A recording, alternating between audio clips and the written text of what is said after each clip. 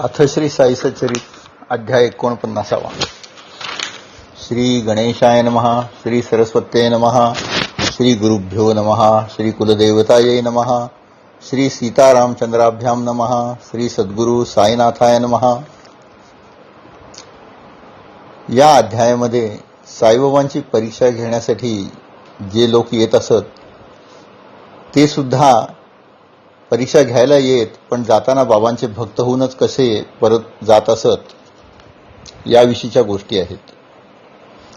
आपली योग्यता किती हे बघता दुसऱ्यांची योग्यता किती हे पाहणारे अनेक जण असतात. असेच अनेक जण साईबाबांची परीक्षा घेण्यासाठी आले, पण साईबाबांच्या वर्तनाने आणि चमत्काराने तेही साईंचे भक्त बनूनच गेले. त्यांची परीक्षेची हौसही फिटली आणि ते साईबाबांचे भक्तही बनवून परत गेले. खरंच अशा रीतीने अशा लोकांना सुद्धा आपले भक्त बनवणाऱ्यासारखे संत असतात. त्यामुळे संतांच्या सारखे युक्तिवान कोणीच नाहीत. हरी कान्होबा नावाचे गृहस्थ एक नवा फेटा आणि एक नवीन पादत्राण असे नखशिखांत सजून शिर्डीला निघाले. त्यांना साईबाबांच्या दर्शनापेक्षा त्यांची योग्यता किती आहे हे पाहण्याची मोठी इच्छा होती. गेल्यानंतर हातपाय धुवून ते बाबांच्या दर्शनाला गेले. तेथील देखावा बघून त्यांना बरं वाटलं. काही जण साईबाबांची सेवा करत होते, काही जण बाबांचे पाय दाबत होते. शेवटी हरी कान्होबा दर्शनासाठी मशिदीत गेले. आज जाताना त्यांनी आपले पादत्राण अशा ठिकाणी काढून ठेवले की ते पटकन परत मिळावे. दर्शन घेऊन बाहेर येताच आपण पादत्राण घालून निघून जाऊ असा त्यांचा बेत होता. बाहेर येताच ते तिकडे जाऊन आपले पादत्राण शोधू लागले, पण ते गायब झाले होते. नवीन चप्पल गेल्याचे त्यांना फारच दुःख झाले. ते शोधता येईना, कारण तिथे बरीच गर्दी होती. असंख्यात भक्तांची ये जा सुरू होती. त्यामुळे त्यांच्या मनाला फारच धक्का बसला आणि एक क्षुल्लक पायताण गेल्याने त्यांना वेड लागल्यासारखी त्यांची अवस्था झाली. त्यांना चैनच पडेना. मग ते मनात म्हणू लागले की बाबांच्यासारखे मोठे संत आहेत आणि मी येथे दर्शनाला आलो आहे, तर बाबांनी असे कसे नाही केले की माझे पादत्राण वगैरे गायब होणार नाही. हे असं कसं काय असे विचार त्यांच्या मनात येऊ लागले. एवढ्या तेथे एक मुलगा एका काठीला चपला अडकवून आला आणि हरी का बेटा जरी का फेटा म्हणून मोठ्याने ओरडू लागला. तो जसा त्यांच्या जवळ आला तसे त्यांनी ते निरखून बघितले, तर त्या काठीला त्यांच्याच चपला होत्या. हरिभाऊनी त्या परत मागितल्या. तो मुलगा म्हणाला की जो याचा मालक आहे त्यानं आपली ओळख मला पटवली पाहिजे. त्याचं नाव हरी पाहिजे आणि त्याच्या डोक्यावर जरीचा फेटा पाहिजे. या खुणा पटवील तरच मी या चपला परत देईन. मग हरिभाऊने ओळख पटवली, फेटा दाखवला आणि चपला परत घेतल्या आणि ते म्हणाले माझंच नाव हरी आहे. पण त्यांना आश्चर्य वाटू लागले की आपलं नाव बाबांनी अचूक कसं ओळखलं.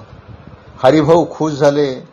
त्यांना बाबांच्या चमत्काराची आणि सामर्थ्याची कल्पना आली आणि ते बाबांचे भक्त बनले. संतांच्या पायी जीव अर्पून त्यांचे भक्त न होता केवळ त्यांची परीक्षा मागणाऱ्यांच्या इच्छेने येणाऱ्यांना अशा छोट्याच गोष्टी प्राप्त होणार. मोक्ष मुक्ती वगैरे फारच दूर. असेच एक दुसरे भक्त म्हणजे हरिद्वारचे स्वामी. ते पण बाबांची कीर्ती ऐकून आले. श्री काकासाहेबांचे म्हणजे काकासाहेब दीक्षितांचे बंधू भाईजी हे बद्री केदारची यात्रा करताना उत्तर काशीला ते यांना भेटले. सहवासाने ओळख वाढली व भाईजींना आपला पत्ता देऊन माझ्याकडे येऊन जा असे निमंत्रण भाईजींनी दिले. 1906 साली ही ओळख झाली. त्यानंतर 1911 साली सोमदेवजींना साईबाबांचे दर्शन घेण्याची तीव्र इच्छा झाली व ते भाईजींना भेटण्यासाठी नागपूरला आले. भाईजींनी त्यांचा आदर सत्कार केला आणि त्यांना शिर्डीला पाठवले. त्याप्रमाणे स्वामी शिर्डीला पोचून जसे मशिदीकडे चालले तसे त्यांना मशिदीच्या पताका, निशाणे वगैरे सजलेली मशीद दिसू लागली. प्रत्येक साधूंचे लक्षण व वागण्याची तऱ्हा एकसारखी नसते. निशाण वगैरे लावण्यात बाबांना मोठेपणा मिरवण्याची हौस नव्हती, तर जे भक्त प्रेमाने निशाणे वगैरे लावत त्यांच्या प्रेमाचे प्रतीक स्वीकारण्यात बाबांना काही गैर वाटत नसल्याने त्यांनी ती लावली होती. पण सोमदेवजींना त्याचा राग आला आणि त्यांना ते निशाणे वगैरे गर्वाचे प्रतीक वाटले. त्याप्रमाणे इतर भक्तांना त्यांनी म्हटलेही, पण भक्तांनी म्हटले की साधू तसे नाहीत. त्यांना गर्व वगैरे नाही आणि केवळ भक्तांच्या प्रेमासाठी त्यांनी घोडा, रथ, पालखी वगैरे काहीही गैर न मानता ठेवले आहे. रथ, घोडा हे ऐकून तर सोमदेवजी आणखीनच दुःखी झाले आणि ते म्हणाले की मी इथे येऊन बरोबर फसलो. खरं तर मी इथं न आलो तरच बरं होतं. असे गर्विष्ठ साधू मी काही कमी पाहिलेत का? आणि ते परतण्याचा विचार करू लागले.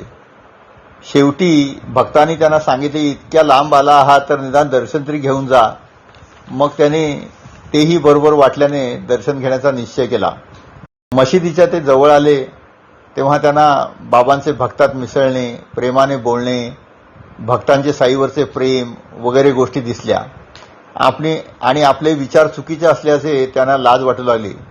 बाबांचे दर्शन वगैरे घेऊन ते साक्षात्कारी योगी असल्याचे त्यांना पटले आणि त्यांचे मन तेथेच रमून गेले.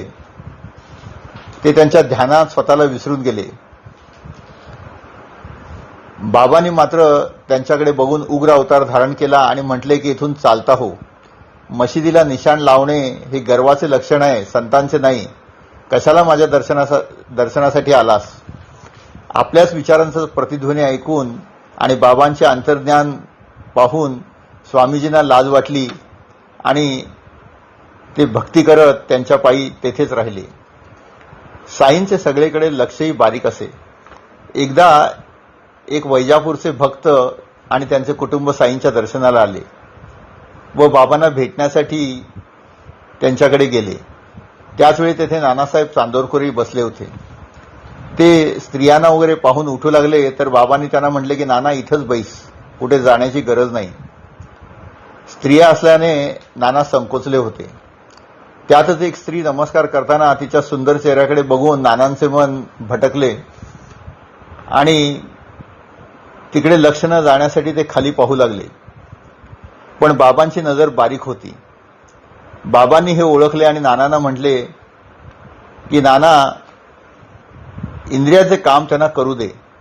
ब्रह्मदेवानं सुंदर सृष्टी रचली आहे, त्याचे कौतुक करण्यात पाप नाही. पण आपलं मन आपल्या ताब्यात पाहिजे. मन इंद्रियावर लक्ष ठेवते आणि मग इंद्रिय काबूत राहतात. शुद्ध अंतःकरण असले म्हणजे मग इंद्रिय आवरलं जातील. तेव्हा अंतःकरण शुद्ध ठेव. बनता बनता बन जाएगा असं त्यांनी नानांना उद्देशून म्हटले. तेथे माधवराव होते. त्यांना काही बाबांच्या बोलण्याचा अर्थ कळला नाही. मग त्यांनी नानांना विचारले की बाबा काय म्हणत होते बनता बनता बन जाएगा? पण नानांना हे उत्तर देणे अर्थातच प्रशस्त वाटले नाही आणि ते उडवाउडवीची उत्तरं देऊ लागले. पण माधवरावांनी पाठराखणच केली आणि शेवटी नानांनी खरे काय ते सांगितले. याचा अर्थ पाहू जाता बाबांना असंच म्हणत होते की मन, इंद्रिये ही जी आहेत यांना बुद्धी नियंत्रण करते. आपली बुद्धी जर शुद्ध असेल तर बुद्धी मनावर नियंत्रण करेल, मन इंद्रियावर नियंत्रण करेल आणि मग आपण सर्व गोष्टींच्याकडे परमेश्वराची निर्मिती या नजरेने पाहू शकू.